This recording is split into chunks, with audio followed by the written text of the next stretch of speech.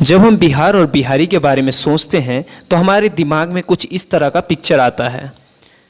गुजरात में पैदा होने वाले को हम गुजराती कहते हैं, बंगाल में पैदा होने वाले को हम बंगाली कहते हैं, पंजाब में पैदा होने वाले को हम पंजाबी कहते हैं, इसी तरह बिहार में पैदा होने वाले को हम बिहारी कहते हैं।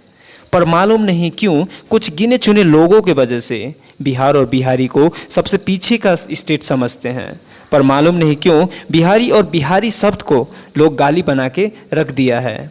क्या सच में आप सभी को बिहार और बिहारी के बारे में इतना मालूम है? अगर नहीं तो चलिए आज मैं आपको बताता हूँ बिहार क्या है और बिहारी शब्द क्या है। अगर आप फटे गंदे कपड़े लगाते हो तो आप बिहारी हो। अगर आप छोटा मोटा काम कर लेते हो तो आप बिहारी हो। अगर आप इंग्लिश वेस्टर्न गाने नहीं सुनते तो आप पक्का बिहारी हो। बिहार के बारे में जो हम सोचते हैं, क्या कहते हैं, क्या वो सच है? ये सब कहने से पहले हमें बिहार और बिहारी की हिस्ट्री के बारे में कुछ जान लेना सही होगा। मालूम है आप सभी को, जब एजुकेशन स्कूल ही तक सीमित था, उस समय दुनिया के सबसे बड़े यूनिवर्सिटी नालंदा यूनिवर्सिटी में से लोग बाहर से आके पढ़ते थे, जैसे जापान से, चाइना से, इटली से और यूरोप के कई अलग अलग देश से बिहार में आके पढ़ते थे। आप सभी को मालूम है बिहार वो पहला राज्य है जिसे ईस्ट इंडिया कंपनी द्वारा लूटा गया, और सिर्फ लूटा नहीं गया, 200 साल तक इस तरह तोड़ा गया कि बिहार अभी तक उस दुख से बाहर नहीं निकल पाया है। जब बिहार के लोग कोई दूसरे राज्य में जाते हैं ना, तो उनसे पहले एक सवाल ज़रूर पूछा जाता है कि आप यार हमारे स्टेट में क्यों आते हो? क्या ये सही बात है? क्या ये सही प्रश्न है जो हम पूछते हैं बिहारी से? यार हमें हर इंडियन से भी ये पूछना चाहिए जो अलग देश में जाके कमाते हैं। क्यों जाते हैं आप वहाँ? अपने अच्छे ग्रोथ के लिए जाते हैं ना, कि आपका फ्यूचर अच्छा सिक्योर हो सके।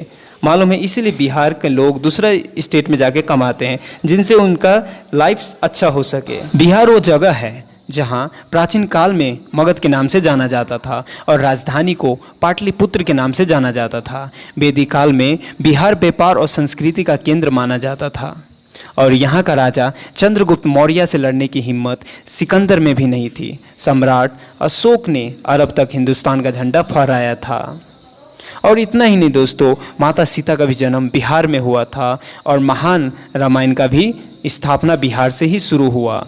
बिहार वो जगह है जहाँ अहिंसा धर्म का विचार उत्पन्न हुआ और इसी कारण जैन धर्म, बुद्ध धर्म का स्थापना हुआ। बिहार के लोग हार्ड वर्कर, वेल परफॉर्मर्स और इंटेलिजेंट होते हैं। बिहार पहला वो राज्य है जहां दुनिया का पहला संविधान बनाया गया था। और चलिए दोस्तों, अब आपको बताता हूं बिहारी क्या है। दुनिया के सबसे बड़े अर्थशास्त्री चाणक्य का भी जन्म बिहार में हुआ था।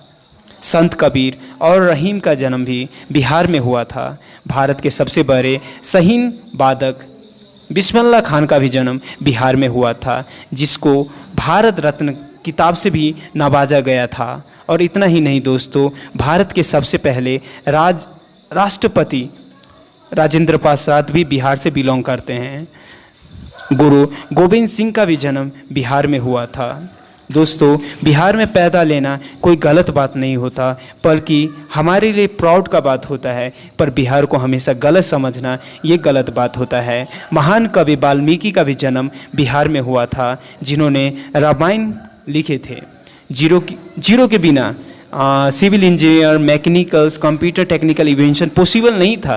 पर आर्यभट्ट जिसने जीरो का आविष्कार किया, उसका भी जन्म बिहार में हुआ था। भारत में सबसे ज़्यादा IITN, medical officer, IAS officer Bihar से बिलोंग करते हैं। इसलिए तो कहा जाता है एक बिहारी 100 पे भारी। बिहार की लिटरेसी रेट सिर्फ 52% है। पर सोचो दोस्तों, जिस दिन 100% हो गया ना, तो क्या होगा?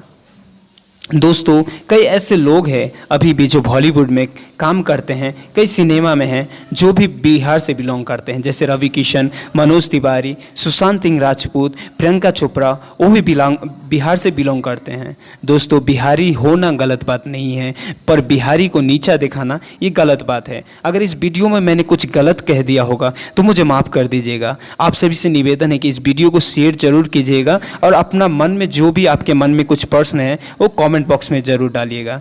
Thank you for watching. Have a nice day.